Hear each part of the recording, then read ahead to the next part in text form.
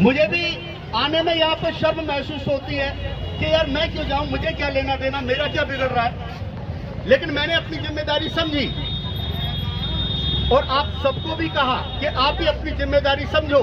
आप लोग आए, आप लोग सुन रहे हैं मेरी बात को, मुझे इस बात की खुशी है।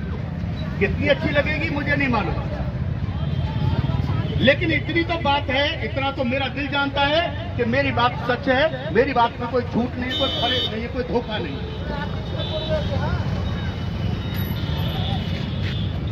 आप लोग देख रहे हैं मीठापुर का पुल 1 साल पहले तोड़ के पटक दिया। अगर बनाने की नीयत होती तो 3 से 5 महीने में पुल बन के तैयार हो जाता, लेकिन 1 साल हो गया, अभी तक 20% काम नहीं हुआ पुल का। क्यों नहीं हुआ? क्योंकि विधानसभा चुनाव के टाइम पे उसका उद्घाटन करना है, इसीलिए उसे नहीं बनाया जा रहा। चींटी की गति से काम किया जा रहा है। जनता अपने काम में व्यस्त है, क्या करे। और वैसे भी 2-4 आदमी जाएं तो हमारे प्रतिनिधियों के पास मेरे चमचे इतने हैं कि वो आपको वैसे ही धक्के मार के वहां से भगा देंगे, आप करेंगे क्या? और 1500 आदमी इकट्ठे हो नहीं सकते। शर्मा, जनतंत्र मोर्चा, एकता की शक्ति। आप सब किसी न किसी राजनीतिक विचारधारा से जुड़े हुए हैं। कुछ को ऐसा लगता है कि भाई वो बीजेपी का है और मैं बीजेपी का समर्थक हूँ, वो मोदी जी का है, वो मोदी जी का समर्थक हूँ, मैं कैसे मोदी जी के खिलाफ जाऊँ? अरे भाई, आपने मोदी जी के लिए चुना है या काम के लिए चुना है? अपनी अगर कल को कांग्रेस का अगर चुन लिया जाता है तो यही बात कांग्रेसी भी सोचेंगे, यही बात आम आदमी वाले भी सोचते हैं। आम आदमी पार्टी वालों ने क्या कहा था? आप नगर निगम में हमें जिताइए, एक भी मकान पे कोई एमसीडी वाला आके पुलिस वाला खड़ा नहीं होगा। अरे पुलिस वाले तो भले भी आज का ना आए, लेकिन एमसीडी वाले तो पक्का आते हैं। एमसीडी वाले तो ऐसा बुक करके जाते हैं कि अगर आपने बना भी लिया तो न तो आपका बिजली का मीटर लग सकता और ना ही आपको पानी का कनेक्शन मिल सकता। मतलब आप उसमें रह ही नहीं सकते। वरना अगर आपको मेरी बात झूठ लगती है, आप बना के देख लीजिए, एमसीडी को पैसे दिए बगैर बना के देख लीजिए आप। अगर उन्होंने बुक कर दिया तो जब तक वो क्लैरिफिकेशन नहीं देंगे, क्लैरिफिकेशन कैसे मिलेगी ये आप अच्छे तरीके से जानते हैं। हिंदुस्तान है, आप सब समझदार हैं। जयपुर पैसे देंगे, वहां से एनओसी मिलेगी तो आपको बिजली का कनेक्शन मिलेगा और पानी का कनेक्शन मिलेगा। हम इसे बर्दाश्त कर रहे हैं, आप इसे बर्दाश्त कर रहे हैं। क्यों बर्दाश्त कर रहे हैं? अपनी अंतरात्मा से पूछो। मेरी अंतरात्मा जाग गई, मैं आपके बीच आ गया।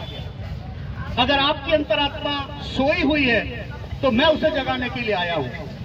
अगर मैं भी न जगा सका तो मुझे माफ कर। वक्त है, जाग जाओ। कब तक सोते रहोगे? लोकतंत्र बड़ी अच्छी व्यवस्था है। सोचो अगर राजशाही होती तो आप क्या करते? आपको कुछ कहने का अधिकार नहीं होता, आपको किसी को चुनने का अधिकार नहीं होता। या तो लोकतंत्र आपको हर 5 साल में चुनने का अधिकार मिलता है, आप बदल देते हैं। इस बार सरकार बदल देते हैं, आप प्रतिनिधि तो दूर की बात है। तो फिर आप क्यों नहीं अपने प्रतिनिधि से वोट डालने के बाद पूछते कि बताइए आपने अभी तक पुल का निर्माण 1 साल के अंदर क्यों नहीं करा के दिया? आपने 5 लाख लोगों के लिए 100 बेड का अस्पताल क्षेत्र में क्यों नहीं बना के दिया? ये आपको पूछने की जरूरत है।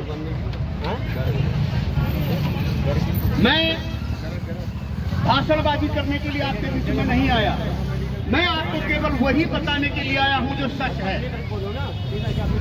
और अगर आपको मेरी बात सही लगती है तो इस बात को उठाइए और हाथ से हाथ मिलाइए। एक दूसरे के साथ चलिए, इकट्ठे रहिए। अगर आप इकट्ठे रहेंगे तो कोई भी समस्या आपके साथ नहीं आ सकती, समस्या आपसे कोसों दूर भागेगी। और ये ध्यान रखिए, समस्या कभी न्योता देकर नहीं आती, मुसीबत कभी न्योता देकर नहीं आती। मुसीबत जब आती है तो आ पड़ती है, लेकिन अगर आप इकट्ठे रहेंगे तो मुसीबत आपको दूर से देखकर भाग जाएगी। जहां पर आप 5 लोग खड़े रहेंगे, 10 लोग खड़े रहेंगे, आपकी तरफ कोई आंख उठाकर नहीं देख पाएगा। लेकिन अगर आप अकेले रहे तो कोई भी आके आपको धमका जाएगा, कुछ भी कह जाएगा, गाली भी दे जाएगा, थप्पड़ भी मार जाएगा, वो कुछ भी कर सकता है। इसीलिए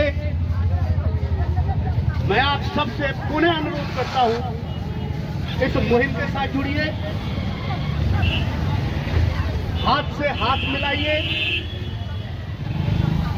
अपने पड़ोसी से कभी मत बिगाड़िए। आपके पड़ोसी से बड़ा आपका कोई दोस्त हो नहीं सकता, आपका सगा कोई हो नहीं सकता, आपका रिश्तेदार भी नहीं हो सकता। आपकी परेशानी में सबसे पहले आपका पड़ोसी आएगा, दूसरा तो बाद में आएगा, रिश्तेदार बाद में आएगा, एक दिन बाद आएगा, लेकिन सबसे पहले पड़ोसी आएगा। भारत माता की जय हिंद। धन्यवाद साहब।